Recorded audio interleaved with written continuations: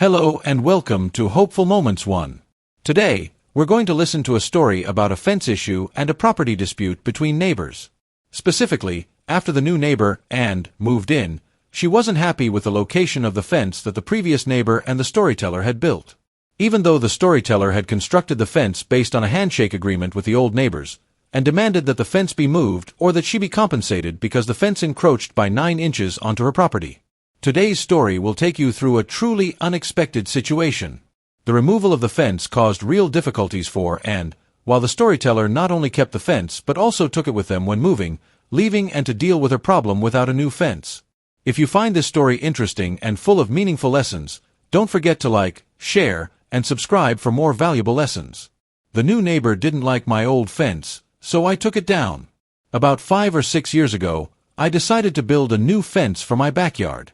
It wasn't just a decision based on aesthetics, but also because I wanted to create a more private space for my family. Before starting the work, I had a conversation with my neighbors to agree on the location of the fence. After discussing it, we agreed on a reasonable spot that worked for both sides. We knew an approximate property line thanks to some old survey pins, but we both felt that paying for a professional surveyor wasn't necessary and would be too costly. Instead, we shook hands on a simple agreement. I would take responsibility for building and paying for the entire fence, and all the neighbors had to do was agree and be happy once the fence was completed. In reality, I felt that this was a very fair and beneficial deal for them. With my time and money, I not only built the fence but also improved the surrounding space, helping to protect both our properties. They didn't have to pay a penny, just had to give a thumbs up when the work was done.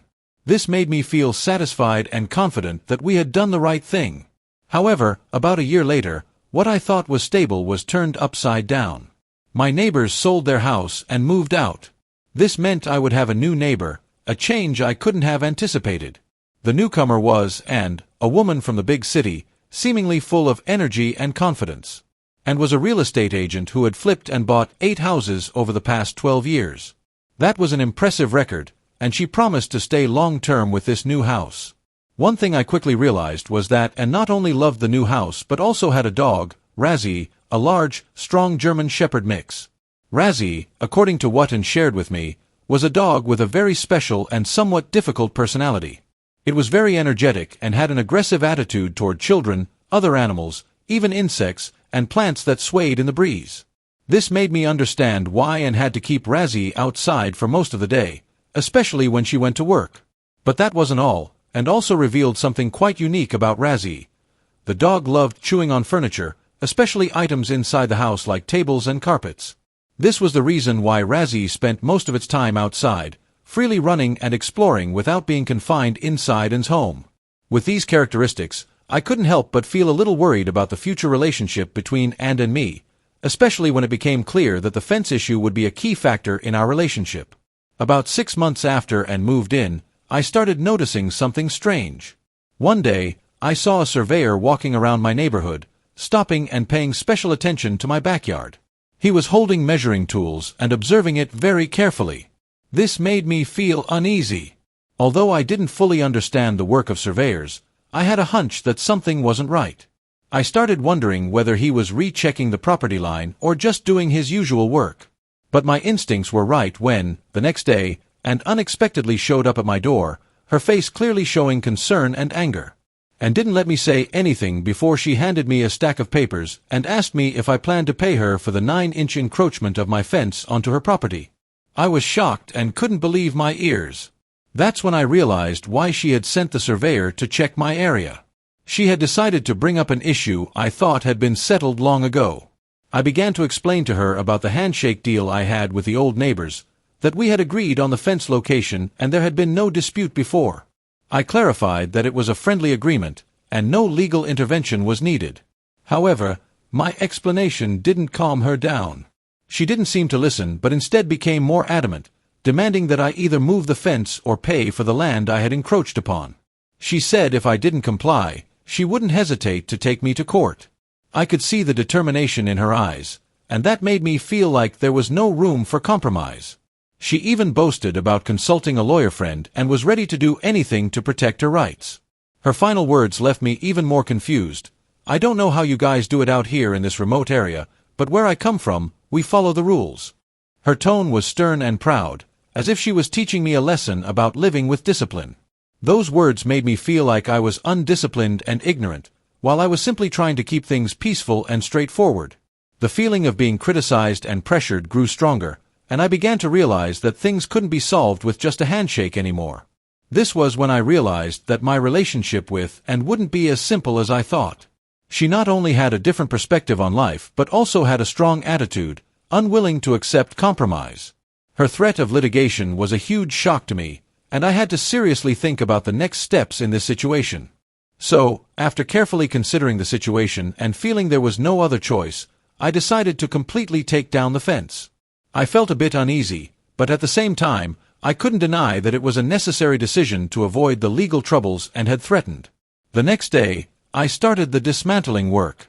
I carefully removed the horizontal beams from the posts, and one by one, I stacked the fence panels against my garage.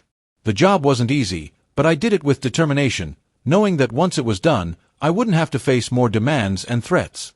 Next, I pulled up the fence posts with my work truck. The feeling of finally pulling up the last post and placing it in the truck bed gave me a sense of liberation. What once created peace and protection was now just a pile of scrap wood, and I felt a part of me had really let go of all the worries about my relationship with Anne. However, about a week later, Anne appeared at my doorstep again, as though she hadn't felt any change at all. She stood there, her face tense, and began asking when I was going to build a new fence. She said she couldn't stand it any longer and needed a fence immediately. After hearing this, I couldn't help but feel a bit of pity for her, but at the same time, I felt some satisfaction knowing that this change had actually affected her. Then she talked about Razzie, her dog. She said that without my fence, she couldn't safely let Razzie outside. She feared the dog would run away, pose a danger to others, or get hit by a car. Her words made me somewhat understand the difficulty she was facing. However, I remained firm in my stance because I could not continue this relationship if things kept going like this. And also mentioned that she couldn't keep Razzie inside all day while she was at work. She shared that her furniture and carpets had nearly been completely destroyed due to the dog's behavior without the fence. She was really in a bind, and I could clearly sense her growing frustration and worry. I knew she needed a solution, and so, I decided not only to be a reasonable speaker but also to make a decisive decision. I calmly replied, "Well, and I'm not rebuilding the fence. I don't want legal trouble, and the best way to avoid trouble is not to build near your land." At that moment, I felt an unusual sense of relief knowing I had made the right decision. However, the expression on her face really made me pause and think. She stood there, stunned, her eyes seemingly on the verge of tears. I felt like she might cry right then and there, and I realized that I had reached a point of no return. Though she may have held back her emotions in that moment, I was sure she would think long and hard when she went home. She tried to argue, saying she really needed the fence and was willing to help cover the cost of building a new one. At this point, her tone changed, becoming more flexible as she spoke about how much she liked the style and aesthetics of the old fence, only the position of it was the issue to be resolved.